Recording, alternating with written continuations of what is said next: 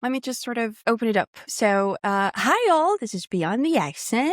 The person that I have with me today is my way to, to reward you all for waiting for so long. And the name is Olga. I do not want to mispronounce the last name. She's about to help me out with that. And she's going to tell us all what it is that we're going to be talking about based off what it is that she does. And she's quite the character. So, Olga, what's up? What's up? How's it going? How do you pronounce your last name, and what is it that you do? Tell us all. Hi, everyone. My name is Olga Ruchina. Ruchina. I know it's very difficult to pronounce for people who do not speak Russian. And also, I struggle with my name because in Russian, you say Olga, and only French people can actually pronounce it because usually I'm like Olga, Olga, Olga. But it's okay. I'm used to that. I'm not complaining. So I have a blog about Russian literature, and I talk a lot about literature in general. I am trying to become a contemporary writer in Canada, but my blog is purely about Russian literature, and that's what we are going to talk about today. That is exactly it, right? And what I was hoping to do today is to kind of have things overlap, because I love literature and all. I'm not as big on it as you are, evidently, but I do want for literature, culture, identity to just kind of, create a melange that makes things extra interesting, extra spicy. And we're going to find a way where, we're going to find a place where they meet genuinely is what I'm hoping is going to happen.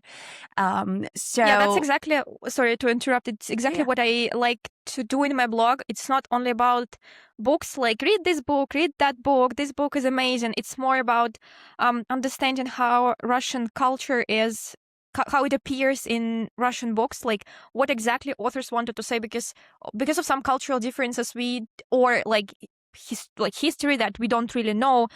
I mean, I know Russian history because I had to learn it. I had to study it a lot, and I love it. That's why some books for me I read differently, and I want to show to the world that books are not only about prose itself. It's not only about the ideas, but also about the context that existed in the time when the book was written. And sometimes it's important because it ruins a lot of stereotypes or myth about literature in general. Absolutely. I'm with you on that. Right. So, digging deeper, right? Kind of trying to paint a picture that's got all those elements to it. It's always a puzzle. And I'm still puzzled by a lot of the Russian literature. And I happen to have the privilege of, being able to read it in its original version. So there's lots to share here. Dostoevsky is one of, the writers. You'll find him on those lists, the greats, right? Yeah. So top 5 of the world. Exactly, right? He's always in there. So why do you think that is? And why do you think people are still reading Dostoevsky worldwide? He's a very niche guy for me, and yet here we are. So how does that go for you? That's a very good question. To be fair, I don't think that Dostoevsky in Russia is praised that much as he is praised abroad. If you ask any Russian, what is the greatest writer in the world, they would name Dostoevsky along with Pushkin, Lermontov, Goncharov, Tolstoy, Chekhov, Bulgakov, etc. So the list will go, and not everyone will name Dostoevsky because some people are traumatized in Russia by Dostoevsky because it's in the curriculum. Yeah, you really have to read it. And when you are 16 or 15, you don't necessarily want to read about a guy who commits a murder and he's suffering throughout 600 pages. Exactly. Not everyone is ready for that, and it's okay. I mean, for some of my classmates, it was a traumatizing experience because you have to read, you have to think, and also you have to prepare for the exams, and you have to, excel in other subjects. So it was difficult. That is why sometimes Dostoevsky is not the most, not the most popular writer in Russia. He is very popular, but not everyone would love him. Mm-hmm. Why I think Dostoevsky is more popular abroad? That was a good question that I wanted to dig into myself. And what I found out, first of all, he was translated. He also was, like not a mainstream writer at that time, but he gained some popularity because he was writing about the ideas that were popular abroad as well, like in France. Dostoevsky is basically, well, he's not maybe a creator of existential literature, but he wrote about it, and some people believe that he was like, at the roots of everything. And, Sartre, he was maybe not inspired by directly Dostoevsky. I might be wrong here, but he definitely read Dostoevsky. That is why he became so popular abroad. But now from my blog, I see that a lot of people still read Dostoevsky, and what I noticed is that those are people who are not, let's say, privileged, using this modern language and everything. Because Dostoevsky doesn't write about noble people. He writes mostly about people who are suffering, who are poor. They can be noble, but they will still be, more or less poor, or like middle class, let's say this way. And a lot of people can't relate to that. And like, while we read Tolstoy as we read, or as we watch Bridgerton, it's something nice. It's about, balls and everything. Dostoevsky is very real. And I think this is why he became so popular abroad. And this is why he is still read.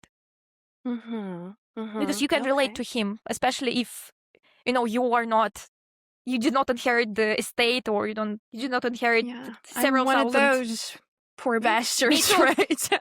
Me too. Okay, there we are then. Totally works. Just saying, this is not about Marxism or socialism or anything. Yeah, I'm definitely not. Pointing out not to that. I'm just saying that, if you have the experience of living maybe not a poor life, but you understand that things that do not come for free just because you exist or something, you can relate to the characters. Absolutely. All right. So, well, yeah, that figures, right? So relatability. That's what the guy has had all these years. I like that.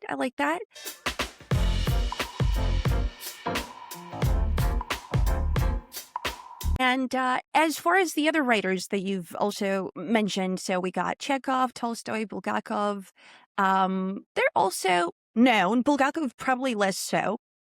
Pushkin's like not known at all. We could also talk about that, how that came about. So how come, all these years later, here we are appreciating the classics that are Russian classics around the world. So of course there's relatability as well for each one of the writers we've enumerated, but why do we keep on coming back to them worldwide? Is there a reason? Is there reasons to talk about, you think? I think there are several reasons to that. First of all, classics are classics. It's just it can be obligatory reading. It can not only like in schools, but in the universities if you study literature in general. I'm pretty sure that Dostoevsky appears in the lists. And if he doesn't, what are you studying then? I mean, if you're studying like some literature, I don't know, not connected, like zero connection to Russian literature, okay, that can be the reason. Or like if you study philosophy, maybe Dostoevsky will not appear, but I'm not sure. I've never studied philosophy at that level. But it is obligatory reading from, like, on one hand. On the other hand, if you really want to feel that you are an educated person and get this feeling of, well, a bit snobbish feeling that you know the stuff, you can relate to plenty of references in films, in good movies, in good series, you really need to read classics, not only Russian classics, but like other American, British, German, anything, French. And that's how you also understand the world around you. That's how you also learn history. That's how you appreciate the time where you're living. Like recently I got married. Yay, and, congrats, by the way. Thank you. And it felt like, thanks God, I no longer live in the 19th century. Thanks God, I don't live in the era of Anna Karenina, where I can choose the person I love. I don't have to marry for money. I don't have to, marry someone who is old. I can just marry someone I really want, I really like, I really love. I want this person to be with me. And this is an amazing feeling. And I know that not like it is the same in the whole world. It's not the same. It's me. I'm pretty happy, maybe even privileged in this regard. But the reason helped me to realize that at least the world is, developing, it's progressing. We will see how it goes in the future, but for now... it's in a weird place right now, but it's definitely progressed a bit. So I cannot but appreciate what's happened over the years. Okay. And also, there's another reason that I have never thought about that way, but I've seen some bloggers on Instagram that they promote classics as the only way, like it is the quality literature. Classics are always good to read, and only classics are literature, while they don't really like modern literature, contemporary literature. I quite disagree with that because I've read not a lot of modern books, but because I want to become a contemporary writer, I have to read them, and some of them are actually good. Well, not all, but some of them. Same as in the 19th century. Not every book is read now. Some books just sank into the oblivion. But also classics became the way how to escape the modern narration, like the modern narratives. What I've seen on these blogs is that people from the US, Canada, say Western Europe, they are tired of what is called woke literature. Yes. Like literature about where the protagonist can be gay or queer or lesbian or whatever. It feels like the story is written because you want to increase the visibility of minorities, while it is not always the case. Sometimes it can be seen like that, but it doesn't mean that the story is bad, that the story is not worth reading. So that's why I think some people are just tired and they return to classics because they know that they will not see these, ideas in the books of 19th centuries or early 20th century. All right. Okay. So this sort of forced narrative. It's like decolonization. Everything. Racism. The lands. I've got a lot of questions to people who've developed that theory for sure. Where do you stand on that? Are you just want to go both ways and be able to compare? Where are you at with the options that are available to you? I think it's always good to have some kind of balance. Like when you read classics, I'm reading now a lot of Russian classics right here before our call. Show me. The Brothers Karamazov. Oh, yeah. Right here. You've shown that one on Insta. Right. Yeah. I've read it before, but now I want to reread it because it was 10 years ago when I read it for the first time. And now I'm more mature. I have more life experience. And I also have a blog. And I want to know what can be misunderstood from in the translation. While I find Kat's translation good, but at the same time I know that language doesn't really offer us a lot of options to translate some words, not all of them, but the main ideas are fine. The main ideas are translated and you can be calm about that. So I think there should be a balance, classics plus some contemporary literature. I can say that I would not probably choose something on purpose. For example, I will not choose it's a book about a gay person, so that's why I'm gonna read it. I'm not choosing books like that. I'm choosing the story, and if the protagonist is gay or queer, it doesn't matter to me. I just want to enjoy the story. I want the story to feel real to me. I want when stories write themselves, when you understand that could actually happen, and if it's a pro-feminist book, okay, nice, great. If it's not a pro-feminist book, then I want to understand why. What is maybe not the author's point of view, but what are the circumstances and the consequences of something that the main character believes in, even if the character is not likable at all. So I want a good story. I want to enjoy not only the prose and quality prose, but the story that leaves you with questions and with the feeling wow. Recently, I can give you an example. I read a good book, Cleo Dunk Would Rather Be Dead, because it's about an infant loss. So the protagonist loses a child, a newborn baby, and it's no one's fault. It just happened like that. Statistics, and it's 1-2%, but it happened to her, and it happened to author as well. So what she's writing, you can feel that she experienced it. And why did I read this book? Because I wanted to experience what she experienced. The way how she writes about it, it's so light and at the same time so sad. And you read it, and I just cried, not through the whole book, but in some parts, I just cried. And here, again, the story is more important. I did not care if the protagonist was Vietnamese or not. I did not pick the book because of that, but because of the story. Yeah, which figures, right? I mean, that should be at the center as far as I'm concerned. I mean, I do want it to stay that way.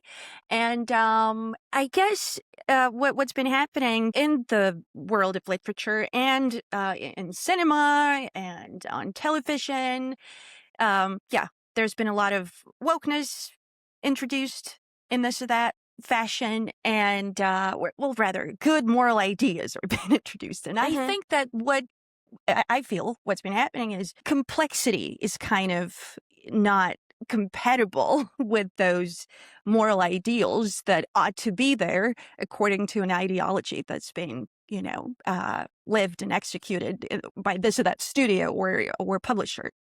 It's not even about the walk itself. Like, I've read some book, not gonna name it. So it's about it's about healthy relationship.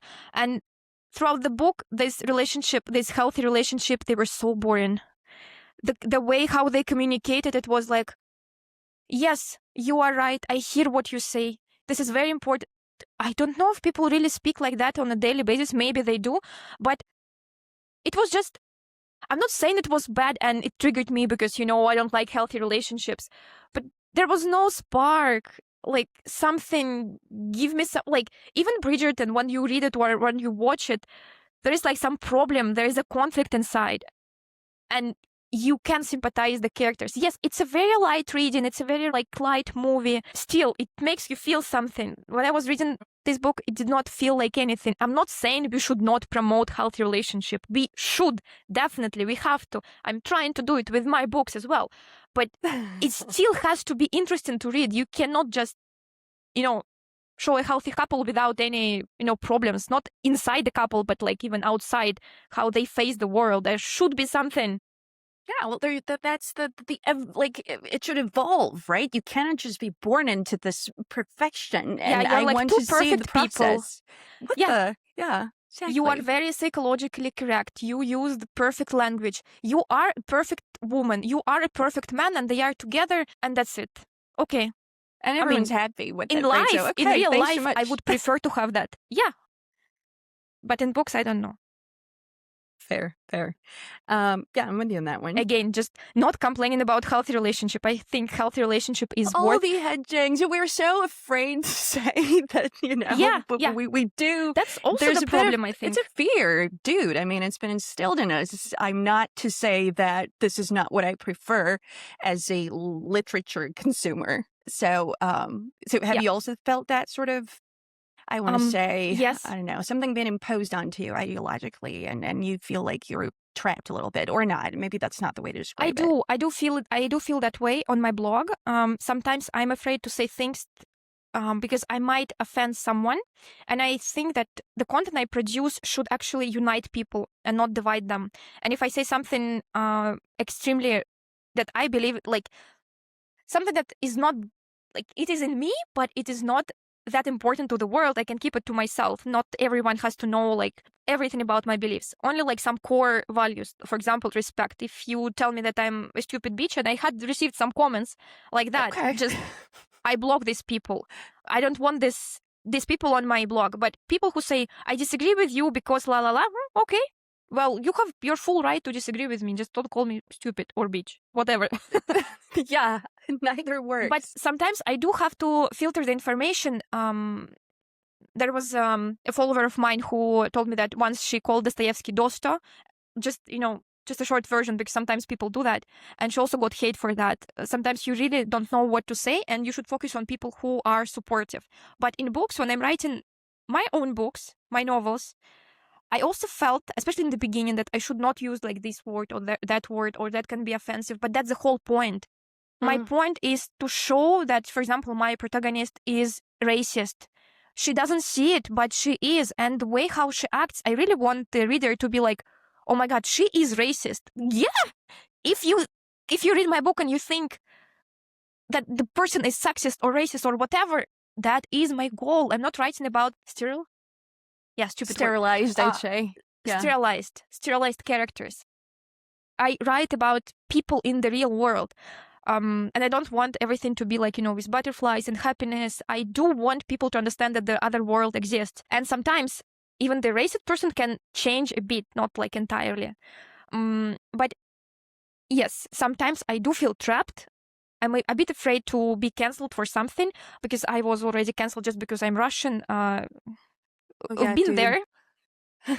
Yeah, especially when you try to promote Russian literature, it can be seen sometimes as ethically not correct. And I'm so still absurd, by the way. I really want to say that. That is absurd. Just saying. Yeah, go ahead. Yeah, but it doesn't mean that I don't think about that. Sometimes when I found my peace, I understood that the government is not equal to the culture. And if you think that you cannot promote anything that is Russian, well, then the government what wins. do I do is that the government wins because it occupies every sphere of your world. It's just everywhere. And I decided that I don't want it to be like that. Russian literature is great, and I want to show it through the other lenses, not through the lenses of some people who support that everything is going in the world. But I do not really talk about politics on my blog, not a lot at least, but my position is pretty clear. But at the same time, even yesterday I saw a guy, a writer, who commented on one of my comments, and he wrote that I'm a moron. The person is a writer with an open page.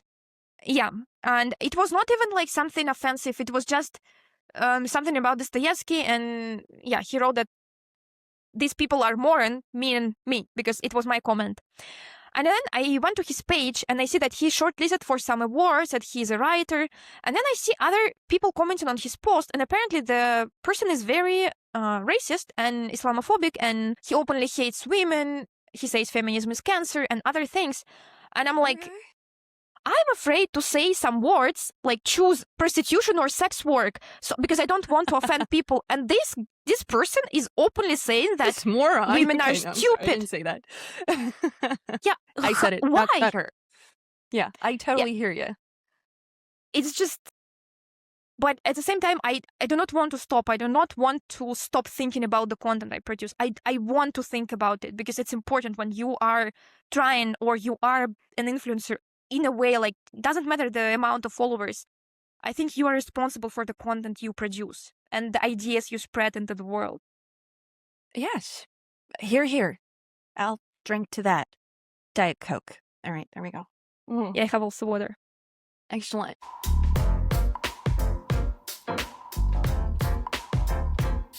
In my experience, there's a lot of division in the sense that people either get obsessed with Russian literature or they don't quite, they're not able to make sense of it and they just bounce off it entirely.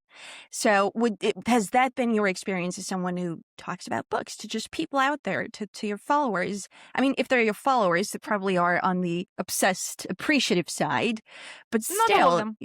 Okay, tell me then. I do think that there are people who are obsessed about Russian literature. I'm not obsessed about Russian literature in this way because I read other literature. I read contemporary. Well, I don't read romantasy. I read thrillers. I read detective stories. It's not only pure, highly intelligent genres. Well, air quotes, just because you don't see me. Yeah, by the way.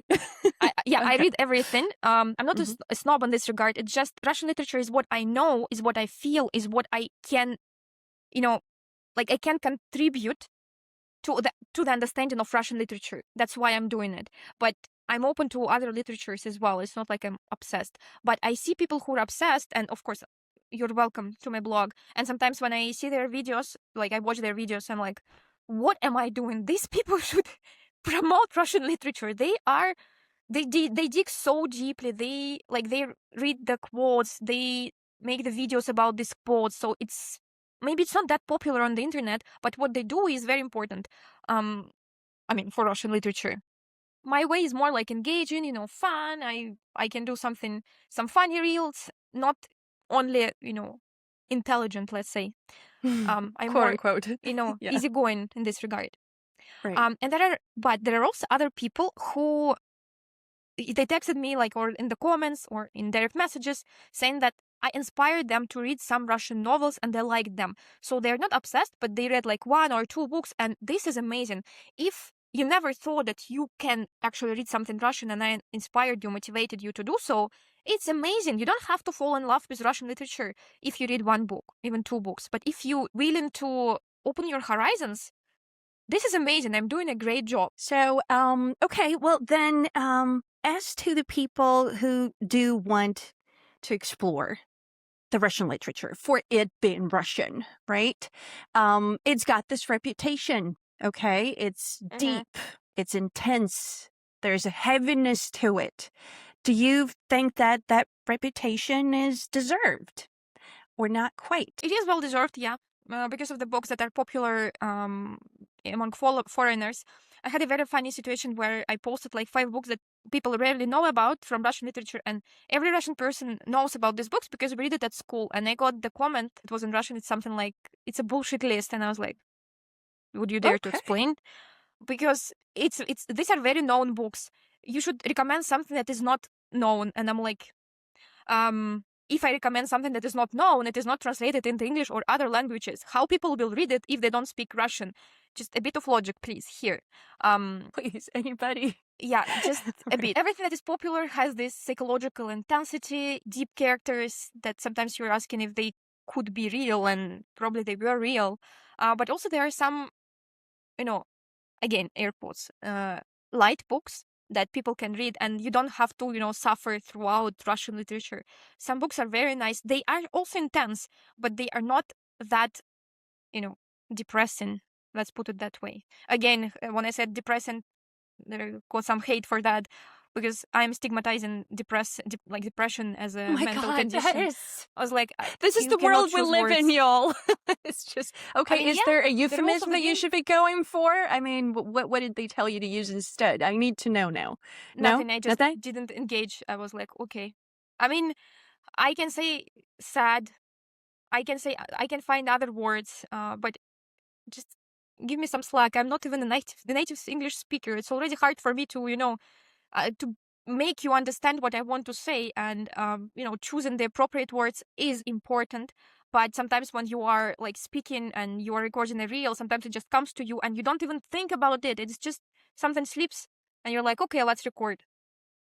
So neither should you at all times. I mean, I'm pro freedom in that sense. I think it just works out better at the end of the day when you're free to say stuff more so than not free.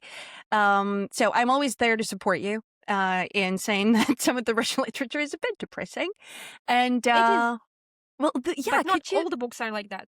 Absolutely right. That would be yeah, that'd be odd for sure. But that is something that they're known for. And I'm just wondering, do you think that readers are kind of looking for a very particular style that is, which there isn't one, I suppose, but they want to find something through Russian literature that is not findable elsewhere? It's just, this is where you go to for it in terms of the emotion, what it evokes, the feeling that you get along the process. I think this is a reputation that Russian authors deserved, for sure, but it doesn't mean that some, other novels, other literature is not depressing. Like if you read Remark, oh my god. Oh my god, Dostoevsky is not even comparable to Remark. Yeah, it's just, I mean, at least not in as many Dostoevsky deaths, you will find some sure. good endings. Exactly.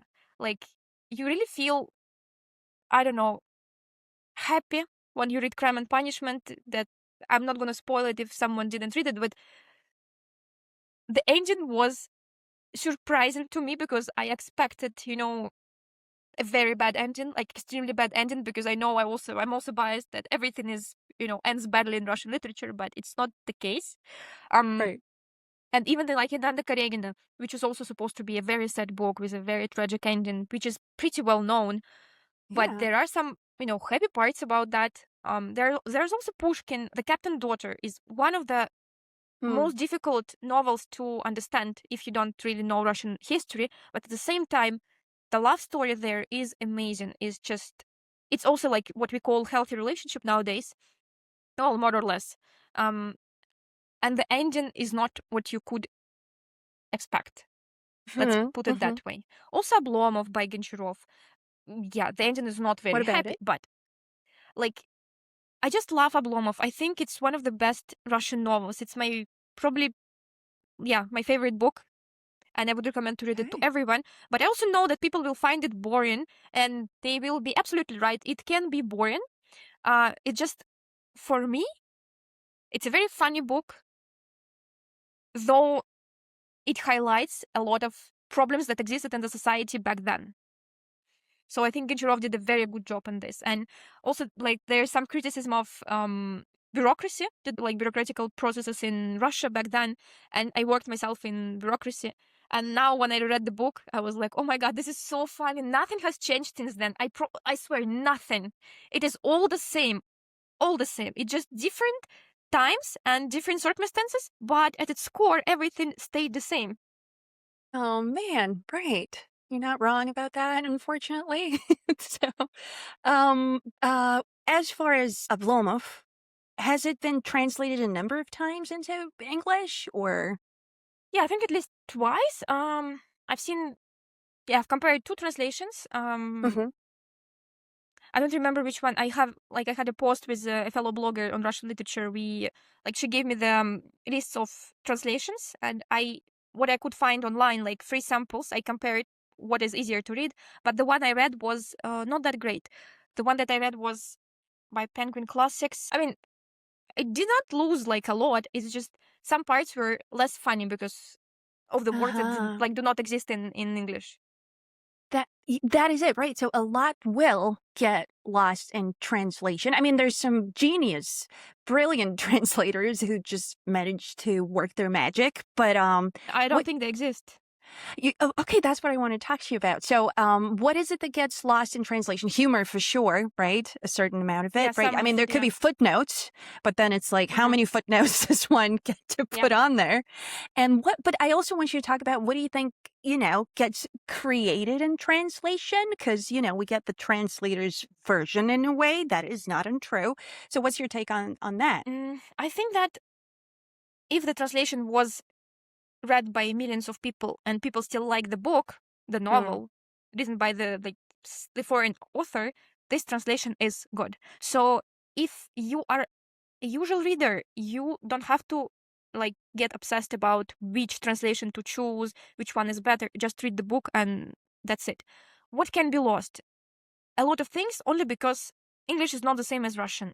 Like, we had this conversation with my followers. It feels to me like even French is more emotional than English. It's more like it has more words explaining the feelings, like comparing to English. Now I write myself in English, and sometimes there's this phrase in my head that is purely in Russian, and I cannot, translate it exactly as it is in my head. While I know that in Russian it would just kill the scene. It would be, I don't know, like, to give you an example, if you speak Russian, sometimes when we say ихняя, this is not a correct version. But when you hear someone saying ихняя, you're like, this person either uneducated or they're doing it on purpose. And it's like some extreme intelligence because they're doing it on purpose, sarcastically or ironically. They're absolute opposites at the end of the day, right? Yeah. In English, you don't have this. I cannot translate that. And there are some things like that. Well, yeah, some expressions can be lost, but again, the ideas behind it, they will not be lost unless the translator really invents the book. Why I'm saying that? Because it's difficult already to read Russian literature in Russian. I clearly remember when I was in school, I was like, what is this word? What does it even mean? I mean, I understand the word itself, but I don't understand what exactly it means because we do not have these things anymore. And it's the same in English. It is difficult to explain something that existed in the 19th century, and there's no equivalent to that in English. So the translators either make something that is similar, or they just translate it directly and they put a footnote, and it depends on the translator. And you will not be able to choose the translation before because you need to understand yourself. If you like footnotes, then check, what I recommend, always recommend, check several translations, several open pages available on the internet. What you feel is easier for you to read, that keeps you interested in the book, then choose this translation. Because I like footnotes. I really like them. I read them, all of them, because they are important to me. But I also know people who do not like them. So for them, it's better to read something without footnotes because it doesn't interrupt your reading. If you are like a linguist or you are a Russian literature scholar, well, then it makes sense to learn Russian rather than read translations, probably. right? Right. Definitely one word that is not translated exactly as it is in Russian will not ruin your experience like in reading Russian literature. I can confirm that.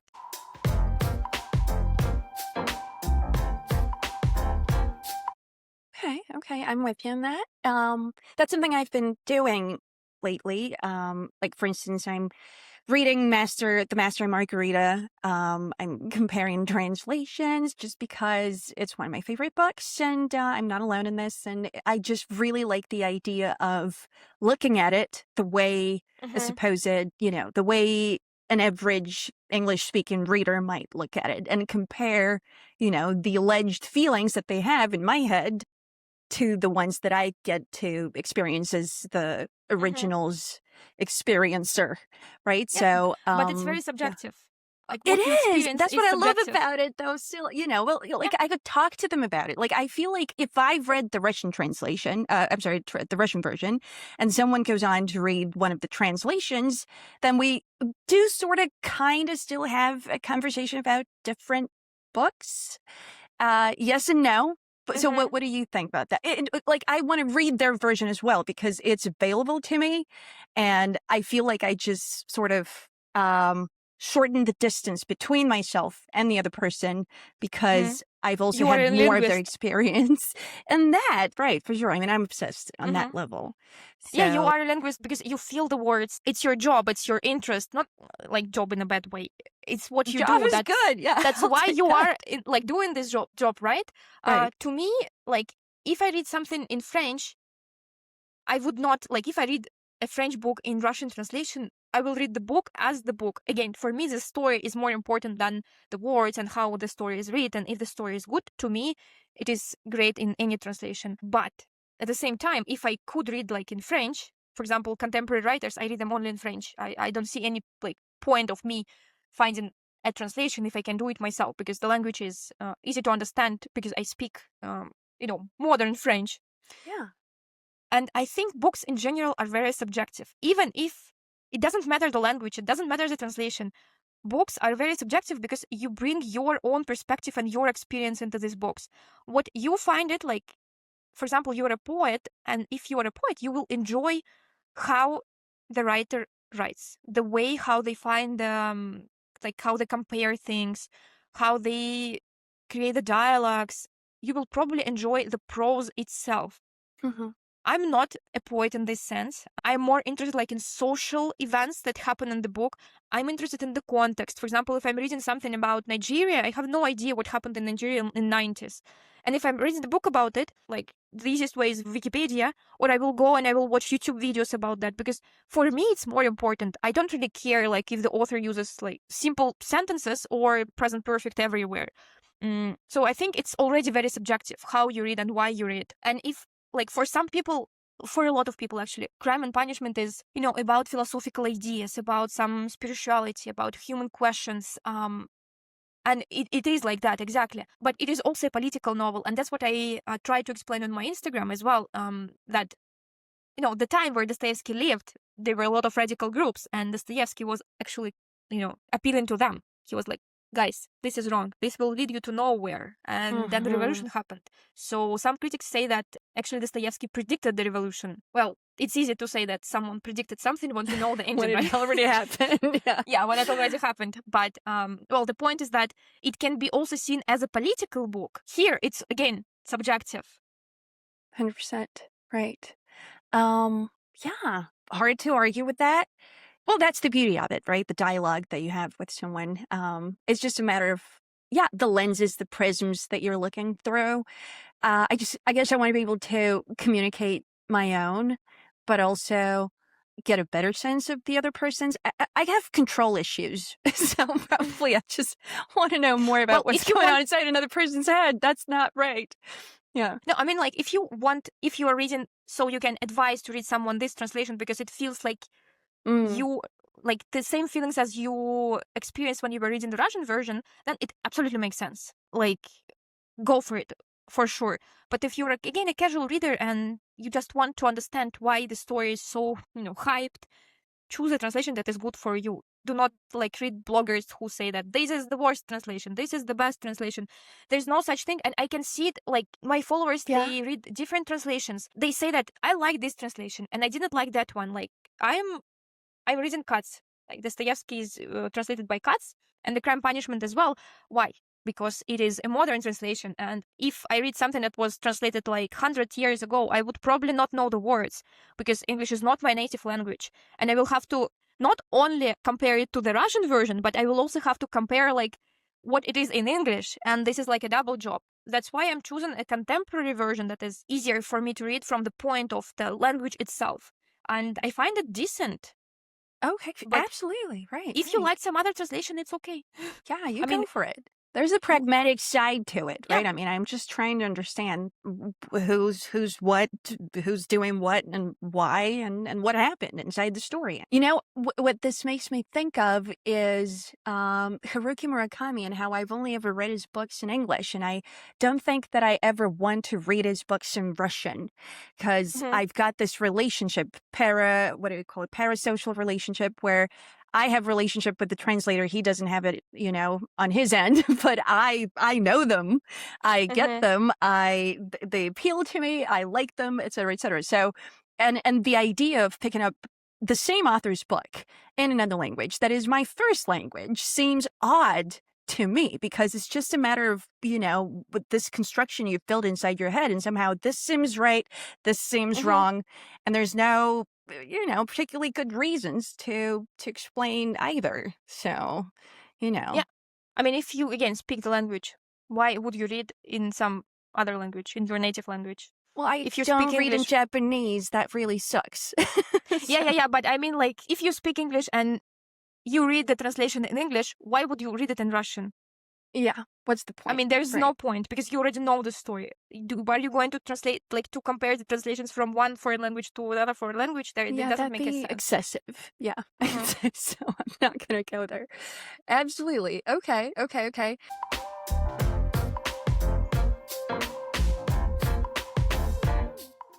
Do you want to do a little experiment where we read the first line of Dostoevsky's work and we just compare the two? It's just one line. And I've heard people talk about it, actually. It's Notes from Underground. I believe you like that one a whole lot. You advocate going into that one. No, I don't. No? That was not you? Who am I? Okay. It was me. It was my post. I posted about it, but it is not my favorite Dostoevsky's book just because it is the format that I don't really like to read in general, not only because it's Dostoevsky. It's like the type of an essay, some kind of nonfiction, I would say. And what is your favorite? Do you have a favorite with Dostoevsky? Is that a thing? With Dostoevsky? A favorite? Yeah, it's very difficult to pick the favorites, except Oblomov. Oblomov is always my favorite. Well, Oblomov is not written by Dostoevsky, but just saying. Yeah, you all, take note of that. You don't want to get confused. Yeah, I would go with Crime and Punishment. I know it's very, a cliche thing to read by Dostoevsky, but it's very good. It is very unusual for the whole literature in general, and this how he creates this detective story, air quotes detective. It is something new. It is something that was fresh, and it is still fresh. That's why I would pick this one, and that's why probably I talk about it a lot. I had like my husband, he said, can you talk about some other book, please? I was like, all right. That's how I started the Brothers Karamazov, because I felt like if he tells me that he's tired of this book, then probably I should really switch, and people also are tired. That's a bit of feedback. You might, rely on it a little bit. Okay, well, that's not how I feel, but I'm a newbie on your page. Has been around longer, I suppose. As far as Notes from Underground, okay, the first line. First of all, there's the syntax. Why don't I not know how to say that word in English? That is funny. Okay, so there's the grammatical elements that are quite interesting to explore. But first and foremost, it's the use of one word. So we've got I don't know how to. Do help me out here. So we've got two translations, and we've got Constance Garnett, I believe, and then Volokonsky. Yes, Piver and Volokonsky are a celebrated husband and wife translations duo. Yeah, one of them is a woman. Husband and wife. That's why I was I fucking love that. yes. All right. Okay. Now I'm biased. Richard Pever and Larissa Volkonsky. Yeah, that's why Volkonsky is confusing, because Volkonsky is the male version of the surname. suffix. It made me think it's a... Yep. Okay, you guys, Volkonsky is not a dude, all right? It's Larissa. the other way around. Okay, there we go. Larissa she is. All right, there we go. Good to know. So okay, that is so interesting. I did not know that. So then, as far as their translation is concerned, it goes, I am a sick man, I am a wicked man, I am an unattractive man. And then as we compare it against Constance Garnett's version, it's very similar. There's just one word that's different. You probably know it. I'm a sick man. I am a spiteful man. I am an unattractive man. So we got wicked as in, evil, basically. And spiteful is so much more specific to me, right? So someone who's like deliberately trying to hurt someone, which again, would you say that they are synonyms, but as someone who's hearing both versions, would you say that they're the same at the end of the day, or it's changed something for us as readers, as consumers? I will check what wicked means in the dictionary. Sure. So, also got it right up here. So it's morally wrong, bad. So basically, sinful, that would be the morally simplest. Corrupt.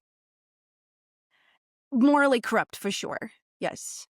So, and corrupt, I'm just wondering if spiteful is more about him being petty, wanting to hurt people, as opposed to, his personality overall, if you will. So, just wondering if that is what... I think actually both work, and both versions work. Because in the original, it's more like, I'm a sick man, I'm an angry Let's read man. the translate. What's the... it says, я человек больной, я злой человек, непривлекательный я человек. So, I'm an angry man. But they did not translate it as an angry man, they translated it as differently. Why? Because, I think because it depends on the context. They've read the book first, and then they decided to... exactly how they understood the book. What is this person? This man, the underground man, is he spiteful? Yes, he is, because he does act, he deliberately annoys us. He's trying to hurt someone else. He hurt Lisa. So yeah, he is spiteful. But he's also wicked, because he's morally... both. Exactly. Yeah, he is both. Yeah. And the easiest way would be just to say he's angry. But angry is not exactly... Yeah. Angry man does have a whole... It's like displeasure, frustration. Yeah. It's more about how he feels towards the world as opposed to how he feels about himself, right? Yeah. Which is also interesting. And I think he is... Would you say that he's an angry man? I don't think he's angry. I think he's more like... what is the word in English? Yeah, let me search with you. Disappointed. He's disappointed. He is just, unsatisfied and disappointed in general, in himself, in the world. And, well, the author's intention was to also highlight how people are, how they can contradict themselves. They are very contradictory. And in this regard, the underground man, it is he is like that. So I think both words would work. Definitely. But here you have to really understand, you have to feel these words. You, when you are a native speaker and you studied, words and their meaning, because I think on a daily basis, even English native speakers, they do not feel the differences in all the words, all the words. Right. Or they just feel it so very subjectively, and it's always, a matter of what one feels at a given moment. Sure. Yeah, it's like in Russian, the word toska. Oh, that is the word. Oh, I want to talk to you about that word. Do you miss it? Do you need it in English? And it's not quite there. So how would you explain to someone who's not read Nabokov? That's the thing. I think it's different for everyone if you ask a Russian-speaking person, because toska for someone, for me, it would be now missing my family in general. it's about the motherland, toska in this regard. But also toska can be understood as I'm a bit bored by everything. Yeah. Like I want to do something different. And so why, to me, toska is more about, missing someone, missing my family, because I'm a migrant. It is my subjective view of this word. Totally. See, so probably in English it is the same. I also love how it mutates phonetically, because it does sort of become, toska, toska, and it sounds just like so non-Russian at the end of the day, even though it's the most Russian word, come to think of it, to describe a sensibility that's kind of absent. But if you think about it, do you really use this word on a daily basis? Like, definitely not. That's the thing. It exists in literature. It doesn't really exist in real life. Like, I do not imagine the situation where you say, like, how are you doing? Я тоскую. Or like, тоска одолела меня. I don't imagine this conversation in general. Yeah, it is something purely poetic. Even in Russian, you'd think. Even in Russian, yeah. Yeah, I mean, my mom uses that word a lot. Тоска. Тоска in this way. It's almost like an interjection. Yes, you're right. Yeah, in this way, yes. It's never been explained by Nabokov, not really. Mm-hmm. Yeah, isn't that interesting? Yeah, I did not think about this like this way. You see? Subjective. I did not think about that because I don't really experience that on a daily basis. Good for you. Right, so...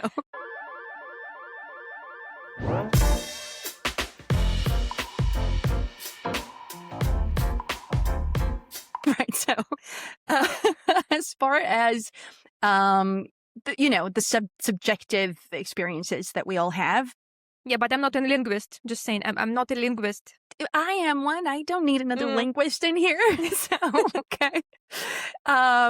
This is like a question, and just address it any way you want to. Reading in general. So, over the years, do you feel that books, and Russian literature in particular, has changed you as a person? Especially when it comes to rereading a book. So, coming back to it. I think Russian literature formed me as a person. There we go. Well, yeah, because it's part of our, again, curriculum, so you are obliged to read it. And my parents, they read, like, Russian fairy tales, Russian books in general. And I think it's one of the reasons why... not only Russians, but also like Russian-speaking people in general who read Russian literature, they find sometimes Americans, Canadians, just Western, like Europeans, air quotes, fake. Because they like small talk. They're like, hey, how are you doing? And they're like, can you speak about something, deep? And if you have something to say, say it. Don't pretend you like the conversation. I think it partially comes from that, because in Russian literature, there's no extra words, there are no extra details, there are no extra dialogues. Like, if there's a dialogue, let's say it's like... It will be deep. So much substance. You will not exchange... Yeah, you will not exchange some pleasantries. You will be just, saying exactly what you think directly. Or if you're hiding something, but it's a different story. My point is that you really speak when you want to say something meaningful. While in other cultures, it's a bit different, and the words and the conversation itself, it is not worse or better. I'm not comparing. Yeah. Disclaimer, y'all. Which one is worse? I'm saying that it's different. And that's why sometimes Russian-speaking people feel this, sometimes superiority, that they are deep and these Americans are not. Well, I think it's false. Definitely there for all of Europeans, I mean, and Eurasians. The Russians. I've seen so many, people in France with whom you can have very deep conversations. Like with my husband, he's Indian, and he didn't read Russian literature, well, except, what I explain in my blog.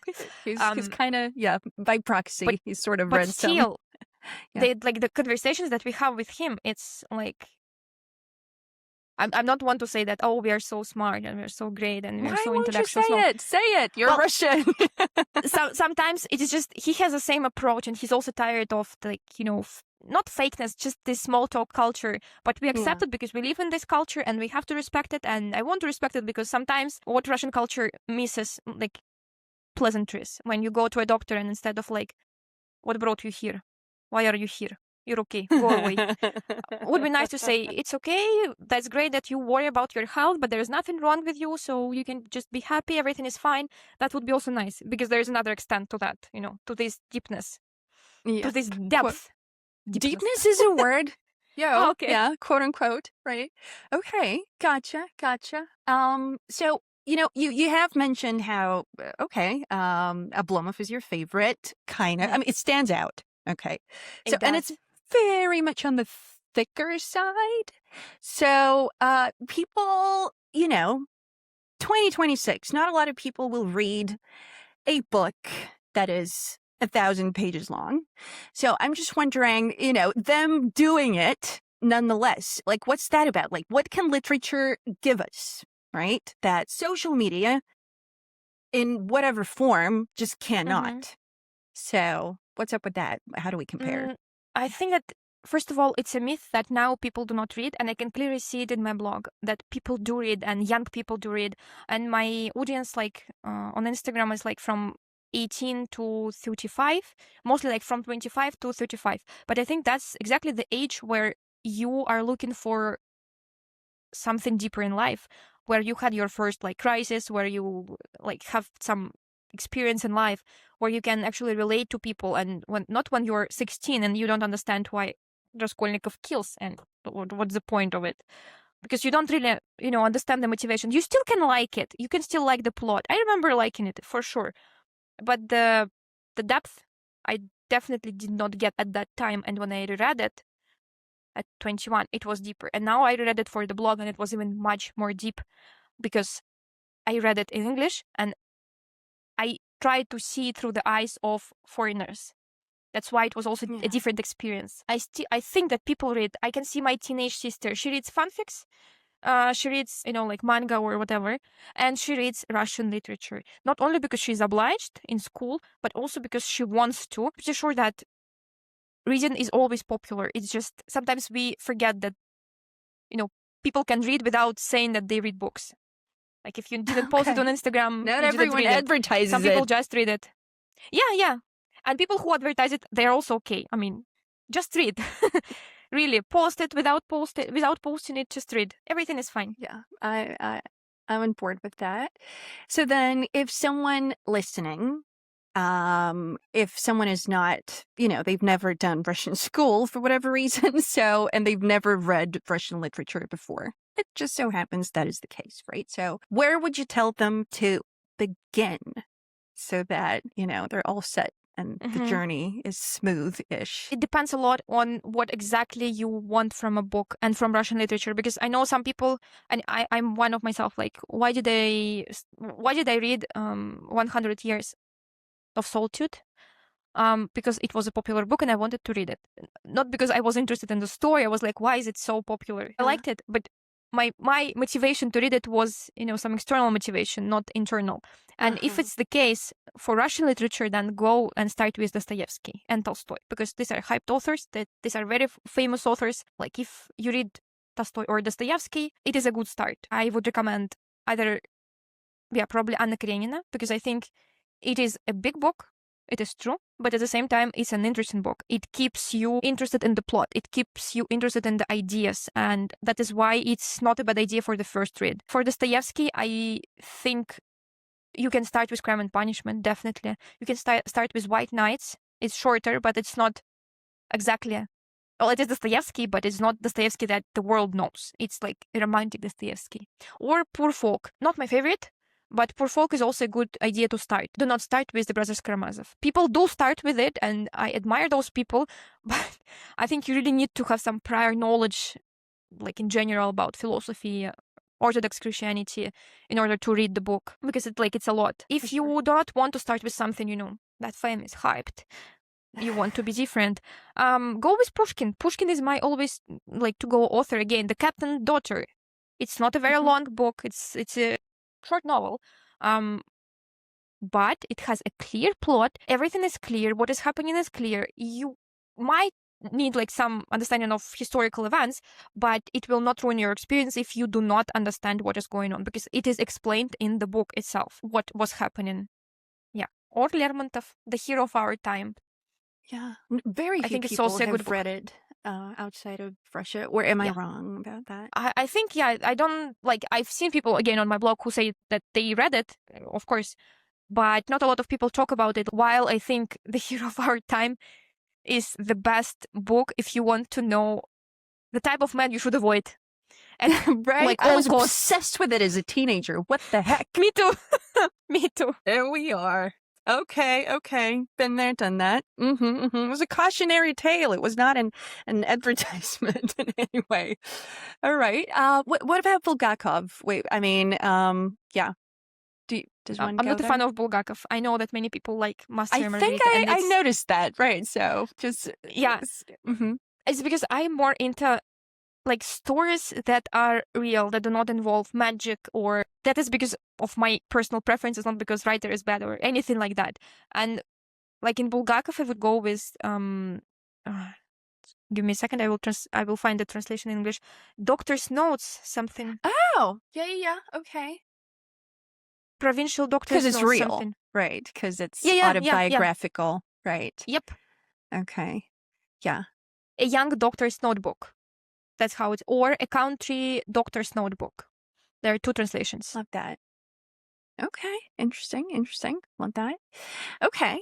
Well, this has been fun, but the most silly bit is only about to happen. So, some lightning round questions. Some of the questions are like, they're not supposed to be the intellectual type questions. They're more like this or that, right? So, just to get playful. Yes, please. Right. So, okay. And the first one is really outrageous, but still, I'm gonna start with that one.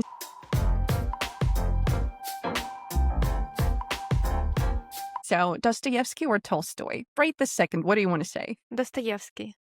Okay. All right. Definitely. Love that. Okay. Next one is a bit provocative. So, most overrated Russian classic. You're allowed to say no such thing. No, I mean, if I say no such thing, it will not be, I think, fair. The most overrated, White Knights. I can explain. It is not because the book is like that. It's just, I think it's a bit naive. And Dostoevsky wrote better novels after that, like much more interesting, much more engaging, much more, like much deeper, for sure. Again, I'm reading them. I'm reading the White Knights through my modern lenses. And I'm like, come on, you saw her for several nights. Let her go, huh? You look like a creep. That is why. That is purely why. Weirdo. Okay, gotcha. Right. And also, she's very young. She's 17. And I'm like, oh my God, you have to see the world. You don't have to marry, But it was a different time. It was. Still happens. What you're going to do. Right. Okay. Okay. I'll take that. Definitely. Well, then the opposite, most underrated Russian classic. Oblomov. Definitely Oblomov. If I could... You might say Pushkin's Captain's Daughter, but okay. Right. No, Oblomov. Because I know people believe that it's boring. And again, I can absolutely understand them. But I had a workshop on Oblomov, and also people told me that they found the book boring. But after my explanation, what exactly he's talking about in the book, they were like, and I was like, yes, this is what is happening.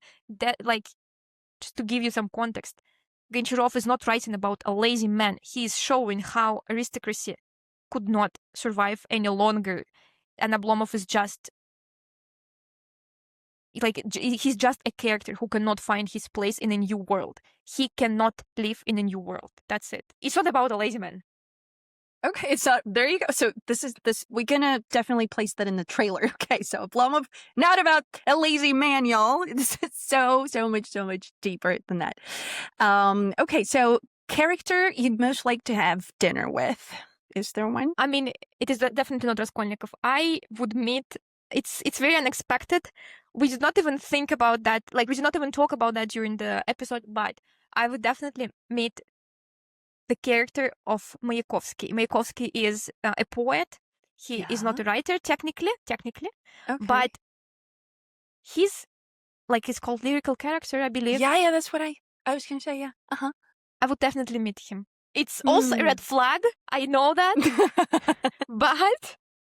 but come on, this these poems that he wrote like to Tatiana Yakovleva, or to Lilichka Brik. How? Just amazing. Okay. I would definitely meet him. This is just, yeah. it makes you cry. That's it. It Every does. time. No, it's soul wrenching. It kills you every time. Yeah. Especially when you were a teenager.